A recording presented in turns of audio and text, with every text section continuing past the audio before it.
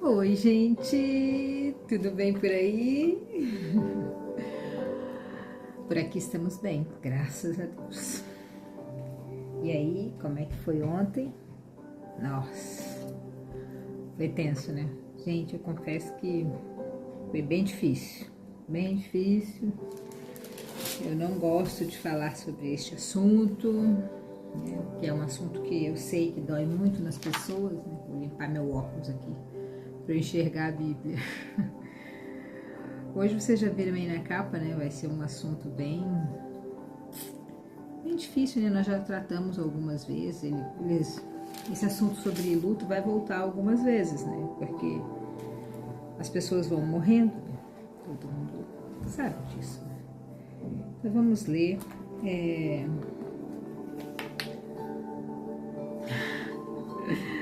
Gênesis 35.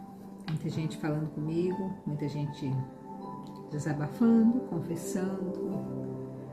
Eu espero que esse podcast, esse vídeo, venha libertar você das suas dores, dos seus problemas, porque ninguém está livre de nada disso, né? Eu estou falando sobre o podcast de ontem, tá?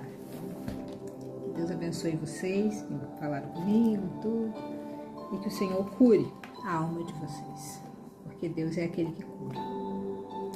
Vamos ler? Gênesis 35. Deus disse a Jacó: Jacó, apronte-se e vá para Betel. Fique lá e fique morando lá. Em Betel, construa um altar e dedique a mim, o Deus que lhe apareceu quando você estava fugindo do seu irmão. Lembra que quando ele estava fugindo, ele lutou com o anjo e tal? Deus falou com ele. Deus usou aquele homem, né, que lutou com ele, como se fosse um anjo. O que importa é que Deus falou com ele, né? Então, Jacó disse à sua família e a todos que estavam com ele: joguem fora todas as imagens dos deuses estrangeiros que vocês têm. Purifiquem-se e vistam roupas limpas. Aprontem-se, que nós vamos para Betel. Ali vamos fazer um altar dedicado a Deus, que me ajudou no tempo da minha aflição e que tem estado comigo em todos os lugares por onde eu tenho andado. Eles entregaram as imagens dos deuses estranhos que tinham e os brincos que eles usavam nas suas orelhas. E Jacó enterrou tudo debaixo de uma árvore sagrada que fica perto de Siquém. Siquém é o nome de um lugar e é o nome do rapaz do outro caso lá de ontem, né? Do vídeo de ontem. Eles tinham mania de colocar o nome nas cidades, o nome das pessoas, né? Dos filhos. Então eles enterraram lá debaixo de uma árvore chamada Siquém, quer dizer, do local chamado Siquém, né? Quando eles foram embora, Deus fez com que os moradores das cidades vizinhas ficassem com um medo terrível. Por isso, eles não perseguiram Jacó. Ontem a gente leu, né? Que Jacó ficou muito bravo com os filhos dele. Falou: agora, o que eles vão falar de mim? Né? Eles vão atrás de mim, eles vão matar minha família e tal, porque vocês fizeram isso. Sei que lá. E eles falaram que a gente não podia deixar a nossa irmã ser tratada como uma... muito bonito. Eu gostei deles. E agora Deus está mostrando aqui, né, para Jacó mesmo, que porque eles mataram todos os homens da cidade, que foram estrategistas, né? Falaram: vamos fazer eles fazer a operação de fimose, a circuncisão. Quando eles estiverem machucados, se curando daquelas dores, a gente vai e mata todo mundo, porque eles estão fragilizados, né? A ideia deles foi top naquela época, né, gente? Claro que hoje em dia não é bom matar ninguém, porque nós já temos as leis, né? O certo e o errado. Eles não tinham nessa época, né? E aí Deus fez com que todas as pessoas ao redor das cidades ficassem com medo, porque eles tinham matado uma cidade inteira, né? Então, todo mundo ficou com medo, e um medo terrível, a Bíblia fala. No versículo 5, um medo terrível, e por isso eles não perseguiram Jacó. Assim, Jacó e toda a sua gente chegaram à cidade de Luz, cidade que também era conhecida como o nome de Betel, e que era na terra de Canaã. Ali ele construiu um altar e pôs o nome do altar de Deus de Betel. porque ali Deus havia aparecido para ele, quando estava fugindo do seu irmão. Naquele lugar, Débora morreu. Tem mais uma morte aqui, né? Além dos dois, né? Débora morreu, a mulher que havia sido babá de Rebeca. Quando ele pegou Rebeca lá, né? Quando eles levaram Rebeca, a mãe dele, né? Ai, que triste, né? A babá morreu. Sempre vai uma concubina, né? Uma escrava. Aí no caso aqui, essa escrava era de Rebeca. Ela foi sepultada debaixo da árvore sagrada que fica ao sul de Betel, e puseram naquele lugar o nome de Árvore Sagrada das Lágrimas.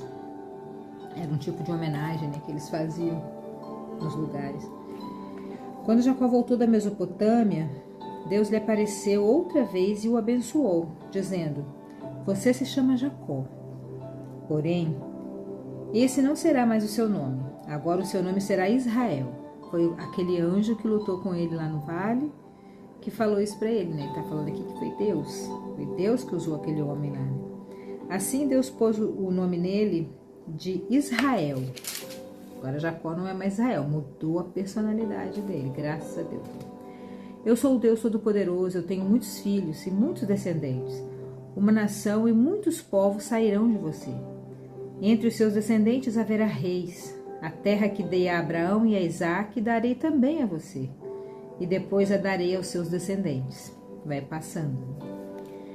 Quando acabou de falar com Jacó, Deus subiu e foi embora daquele lugar. Então Jacó pegou uma pedra e colocou como um pilar no lugar onde Deus havia falado com ele. E ele a separou para Deus, derramando vinho e azeite em cima dela. Ele consagrou a pedra, aquele momento ali, aquele altar, né? E pôs naquele lugar o nome de Betel.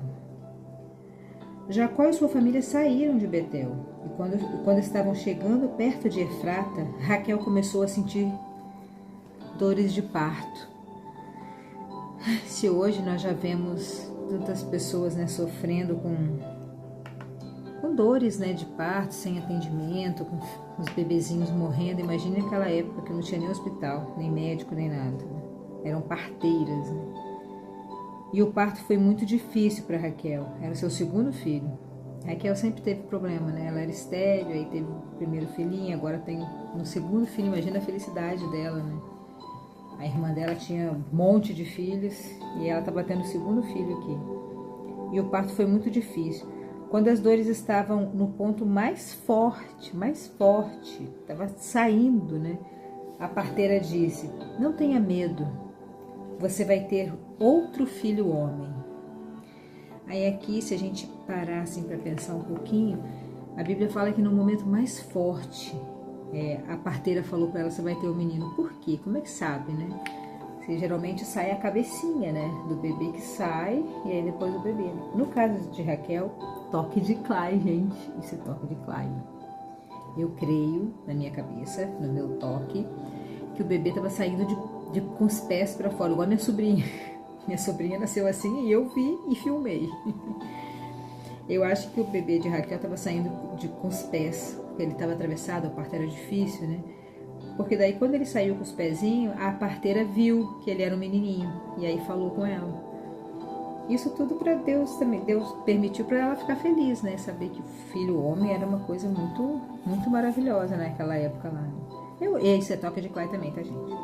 Eu que acho que, na minha cabeça, como é que ela vai saber se tá saindo na cabeça, o bebê não tinha nascido ainda e tal. Tenha força, não tenha medo, você vai ter um outro filho homem. Então, tava lá dentro ainda, tava saindo a metade, eu acho, na minha cabeça. Porém, ela estava morrendo. E antes de dar o último suspiro, ela chamou o menino de Benoni. Benoni significa o filho da dor. Alguma coisa assim, né? O filho que me trouxe dor, alguma coisa. Mas o pai pôs o nome dele de Benjamim. E assim Raquel morreu. Benjamim significa o filho da alegria, o filho da satisfação, um filho feliz. Na mesma hora em que a Raquel amaldiçoou o rapazinho lá, o menininho, porque estava nascendo com muita dor, com muito sofrimento, ela estava sentindo a dor da morte ali, ela proferiu uma maldição, né? Colocar o nome do menino de um filho das dores, da dor, um filho ruim, um filho que não é desejado, sei lá. Um nome ruim, isso aqui. Mas Isaac chegou, Isaac não, Jacó, que no caso agora já é Israel, né? Israel chegou e falou, não, o nome do meu filho vai ser Benjamim, o filho da alegria, o filho da esperança, o filho da salvação, o filho bom, filho com nome bom, né? Assim Raquel morreu e foi sepultada à beira do caminho de Efrata, que agora se chama Belém. Jacó pôs sobre a sua sepultura uma pedra como pilar, e ela marca o lugar da sepultura até hoje. Depois Jacó saiu dali e armou o seu acampamento por outro lado da torre de Éder. Um dia, quando Jacó estava morando naquele lugar, o seu filho Ruben teve relações com Bila, que era concubina de Jacó. Quando ele soube disso, ele ficou furioso. Um desrespeito, né? Os filhos de Jacó eram 12. Os que ele teve com Leia foram Rubens, que era o filho mais velho, Simeão, Levi, Judá, Isacar, Zebulon, que é bom para escolher nome, né?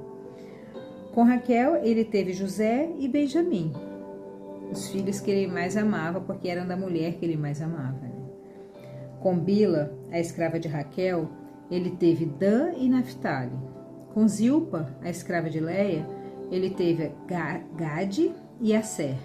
E esses filhos de Jacó nasceram na Mesopotâmia, todos eles nasceram lá. Jacó foi morar com Isaac, olha que legal, Jacó voltou a morar com Isaac, com o pai dele, né? O seu pai, em Manré, a cidade que também era chamada de Arba, que fica perto de Hebrom, onde Abraão e Isaac haviam morado.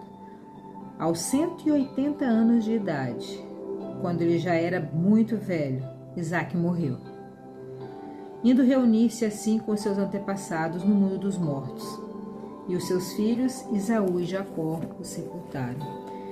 Aí Esaú perdeu seu pai e a sua cunhada, né? Que é a Raquel. E Jacó perdeu a sua esposa amada, que ele trabalhou muito, que ele engoliu muito sapo, muita coisa, para ter aquela bênção, né? Para ter aquele amor ali que ele queria tanto. E aí depois ainda perde o pai, né? A vida deles não tá fácil. A vida dele foi difícil. Aí a gente começa a pensar no luto, né? Porque o Jacó, coitado, mal ele já tinha não tinha se curado, não vai se curar nunca, né? Também diz. Mas ele tinha acabado de perder a esposa, né? A esposa amada. Ele tinha várias, mas a mulher amada, do coração profundo dele, era Raquel, né? Ele amava Raquel. E aí ele começou estava nas fases daquele luto, como eu falei em outros podcasts, né? As fases do luto, que a primeira é a negação, você nega que aquilo está acontecendo. Isso é natural do ser humano, todas as pessoas passam por isso.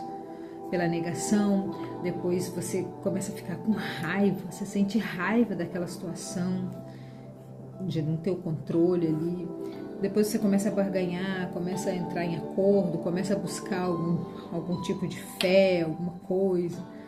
Depois você entra em depressão. Aí você parte uma tristeza, e essa parte é a mais complicada. Você fica muito triste, você fica agoniado, é um momento ruim. E depois dessa fase, aí sim, vem a aceitação.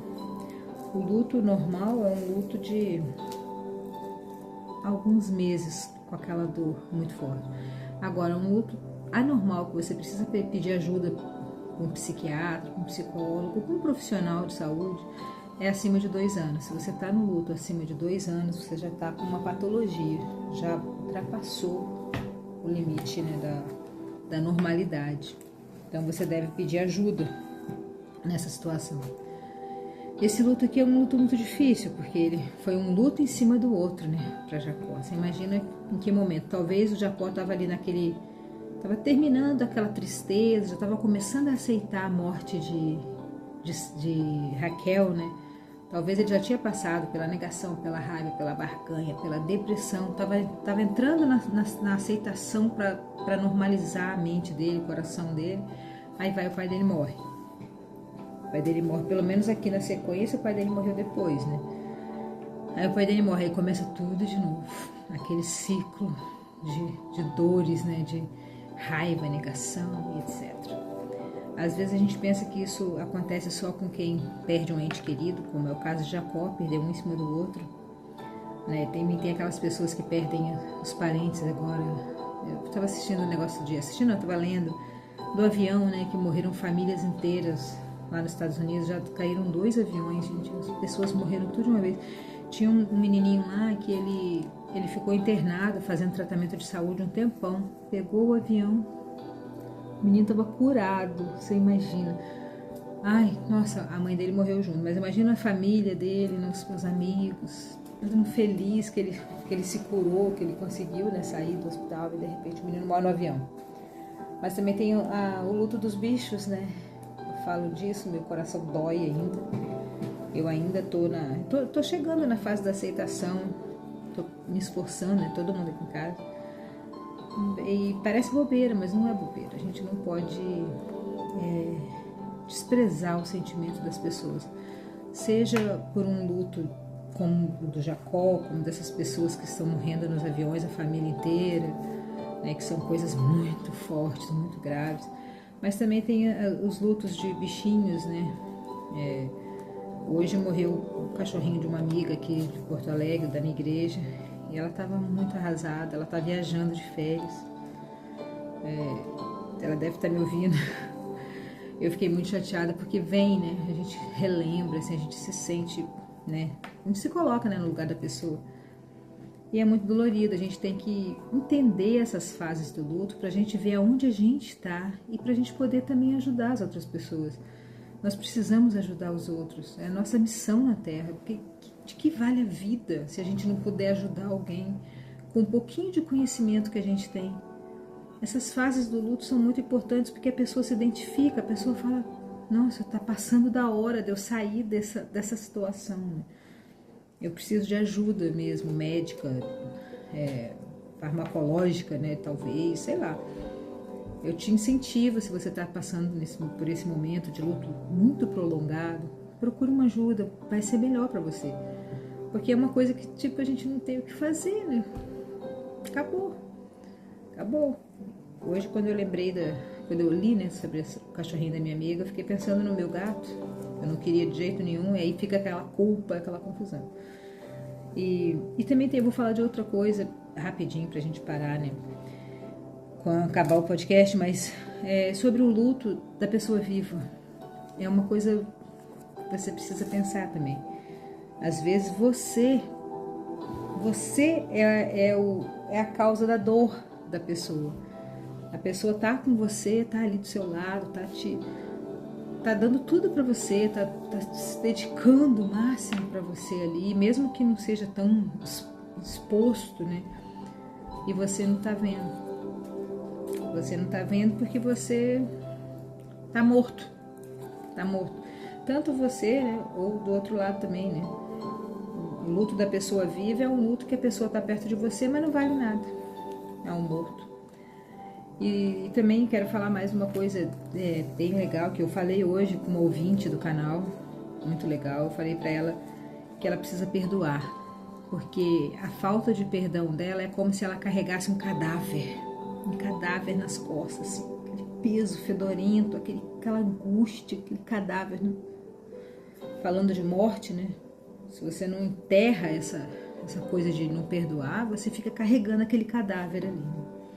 Então que você pense nessas fases do luto, se você está passando por isso, se você sabe alguém que está passando, tenha empatia, tenha delicadeza para falar com essas pessoas. Não fique falando besteira, tipo, se morreu um filho, você tem outro. Isso é uma coisa horrorosa. Não faça isso, gente, não faça isso. Se você não sabe o que falar com a pessoa que está enlutada, seja por um pet, seja por uma pessoa que se separou, né, que tem vários outros tipos de luto, uma perda, né? Não, fica quieto, abraça, ora, fala com a pessoa, tô aqui, tá? Se precisar de mim, não fala besteira não, porque é bem pior. Quando um bicho morre, um animal morre, a pessoa fala assim, mas é só um bicho. Gente, não é só um bicho. A gente tem que respeitar. Pra mim pode ser só um bicho, mas pra pessoa não é. É a mesma coisa de um parente seu morrer, não é meu parente, é só um parente. Olha que coisa, chega a arder meu estômago, porque é a mesma forma, a gente tem que ter mais delicadeza, mais sensibilidade com a dor das pessoas, seja qual for. Mesmo que não seja a sua dor, fica com a boquinha fechada, caladinho. Imagina você chegar perto de Jacó aqui e falar com ele, mas você tem um monte de mulher, você tá chorando por essa? É a mesma coisa. Ah, mas seu pai estava muito velho. Você tá, implicitamente você está falando, ele tinha que morrer mesmo. Não fale essas coisas. Não fale essas coisas. Peça a Deus sabedoria, discernimento para ajudar as pessoas nas fases do luto e para ficar com a boquinha fechada nesse momento. Porque só quem passou por essas mortes, né, na vida, meu pai morreu, meu tio morreu, meu gato morreu, e é cada coisa que a gente ouve que dói, tá? Dói mais ainda mais que você tá naquela fase ali do comecinho. Não sei porque eu tô falando isso tudo, nem pensei nisso, mas que o Senhor trabalhe no seu coração, e se você é essa pessoa, se você é esse cadáver, ou se você é a pessoa que está sofrendo, que o Senhor console seu coração, conforte a sua vida, e que a gente tenha dias de paz, sabendo que depois daqui nós iremos morar com Cristo, lá no Éden que Ele fez pra gente, a gente vai voltar lá pro Éden, tudo novinho, tudo bonito, todos nós vamos voltar, nós que acreditamos em Jesus Cristo, claro, né?